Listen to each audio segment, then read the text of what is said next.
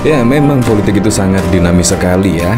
Dan bahkan juga PDIP itu digembar-gemborkan akan berada di oposisi atau berada di luar pemerintahan. Ya, tapi seiringnya waktu, semua saja bisa saja berubah. Semua bisa saja kemungkinan-kemungkinan tersebut tidak terjadi. Karena apa? Karena dari berita-berita di sini, yaitu bahkan Gerindra respon Ganjar yang merasa PDIP bakal di luar pemerintahan. Belum lagi di sini, yaitu bahkan juga PDIP terbuka kerjasama dengan Golkar di Pilkada 2024. Nah, apakah ini juga yaitu tanda-tanda yaitu PDIP akan bergabung ke pemerintahan Prabowo Gibran? Nah, memang kalau misalkan PDIP bergabung ke pemerintahan Pak Prabowo Gibran, di situ menurut saya juga setidaknya pemerintahan Pak Prabowo Gibran itu bisa dipastikan tidak ada oposisi, tidak ada partai-partai yang berada di oposisi. Karena harapan-harapan dari masyarakat luas sih, yaitu PDIP di sini setelah kalah Pilpres ya berada di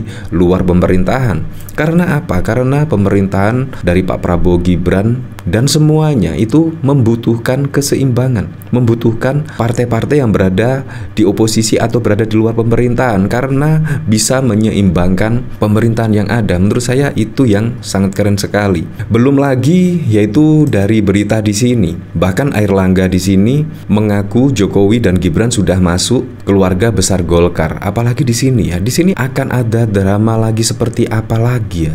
Yaitu bahkan Jokowi dan Gibran sudah masuk keluarga besar Golkar. Apakah Presiden Joko Widodo ingin mengawal yaitu pemerintahan Pak Prabowo dan juga Gibran? Nah, kalau misalkan Presiden Joko Widodo benar-benar bergabung ke Golkar, ya kalau kita lihat saat ini kan Golkar ya cukup tinggi perolehan suara pada Pileg 2024. Itu ya hampir sama lah menyaingi dengan PDIP. Menurut saya bisa saja terjadi di situ.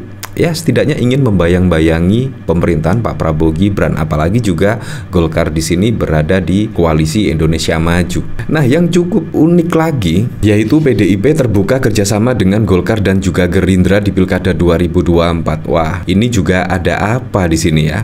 Apakah ingin ya setidaknya menyingkirkan dinasti dari Presiden Joko Widodo? Apalagi kalau kita lihat yaitu dari pemberitaan di sini misalnya. Di sini bahkan yang digadang-gadang Ahok di sini menjadi Pilgub DKI Jakarta. Ternyata ada yang menyebut salah satu berita suara.com, hadapi Bobi Nasution, PDIP targetkan Ahok maju di Pilkada Sumut pada tahun 2024. Nah, apakah ini juga untuk menstop yaitu dinasti politik Presiden Joko Widodo? Ya, semua saja bisa terjadi. Apakah di sini adalah ya semuanya bisa saja terjadi kong kali kong antara Gerindra dan PDIP misalnya, yaitu akan bekerja sama dalam pilkada, yaitu misal ketika Kaisang misalnya ingin maju di Pilkada Solo dan di situ akan di stop oleh partai-partai yang lainnya. Semua saja bisa terjadi di sini.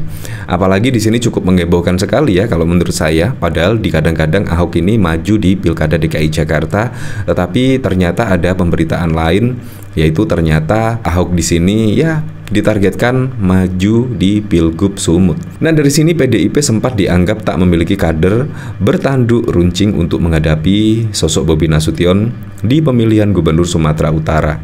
Namun kader PDIP Sumatera Utara Sutrisno Pangaribuan meyakini akan sosok Basuki Cahayapurnama yang mampu menyaingi menantu Presiden Joko Widodo atau Jokowi tersebut. Meski dianggap bukan wilayah yang seksi, namun dirinya menilai Pilgub Sumut 2024 akan terasa panas karena ada keluarga Jokowi yang ikut terlibat. Pilkada rasa Pilpres akan terjadi di Sumut, maka Ahoklah yang diyakini mampu menjadi cagup melawan siapapun kompetitor di Pilgub 2024, kata Sutrisno dalam keterangannya pada 30 April. Di sini menurutnya Ahok memiliki kapasitas seorang pemimpin dengan rekam jejak pengalamannya. Karena itu dirinya meyakini mantan Gubernur DKI Jakarta itu memiliki kans besar untuk menang di Pilgub Sumut 2024. Nama Basuki atau Ahok menjadi salah satu nama cagup yang berpeluang besar untuk menang. Pengalaman sebagai Bupati Belitung Timur 2005 hingga 2010, lalu pada tahun 2006 Ahok mengundurkan diri sebagai bupati karena maju sebagai calon gubernur Bangka Belitung, terangnya. Kalau memang benar-benar ini strategi, wow, kemungkinan ya bisa saja terjadi. yaitu kerjasama antara Gerindra, Golkar, dan juga PDIP. Ya, karena di situ memang ranahnya partai politik. Apalagi juga Presiden Joko Widodo sampai saat ini juga belum memutuskan ya untuk bergabung ke parpol yang mana. Misal kalau yaitu bergabung di Partai Golkar dan mendapatkan posisi yang sangat strategis, kemungkinan juga ya bisa saja menolak yaitu bekerja sama yaitu di Pilkada 2024. Nah, dari sini saya juga penasaran ya, kira-kira komentar-komentar dari para netizen seperti apa ya ketika Airlangga sebut Jokowi dan Gibran sudah masuk keluarga besar Golkar. Dari sini dari Senda, hati-hati Pak, nanti tahu-tahu ada yang nyalonin Jokowi jadi ketua Golkar. Di sini dari Daken, Jokowi itu Airlangga, posisi lu gue ganti atau masuk penjara.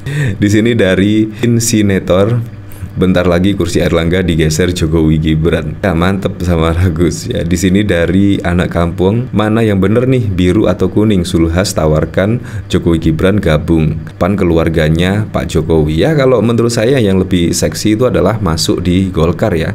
Apalagi juga suara dari Golkar di situ hampir ya menyaingi PDIP yang pada waktu lalu ya, yaitu suaranya ya hampir bersaing ketat yaitu dengan PDI Perjuangan. Di sini dari Jaki, gabung Golkar atau PAN saja yang terbuka mengingat Jokowi dan keluarganya. Siap-siap kader Golkar atau PAN bahwa Anda akan tersisihkan oleh kasihan Anies luntang-luntung. Mantap, siap nyumsep ya PDI Perjuangan waktu dekat pilkada, waktu panjang pileg 2029. Kita lihat setelah Oktober.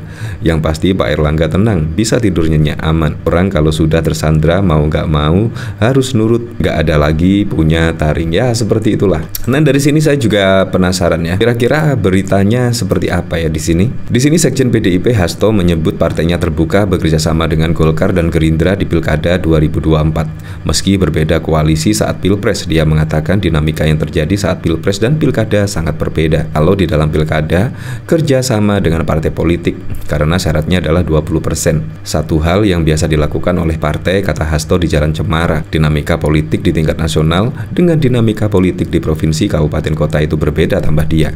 Dia menuturkan kerjasama dengan Golkar dan Gerindra akan melihat daerah yang mungkin bisa dimenangkan jika berkoalisi.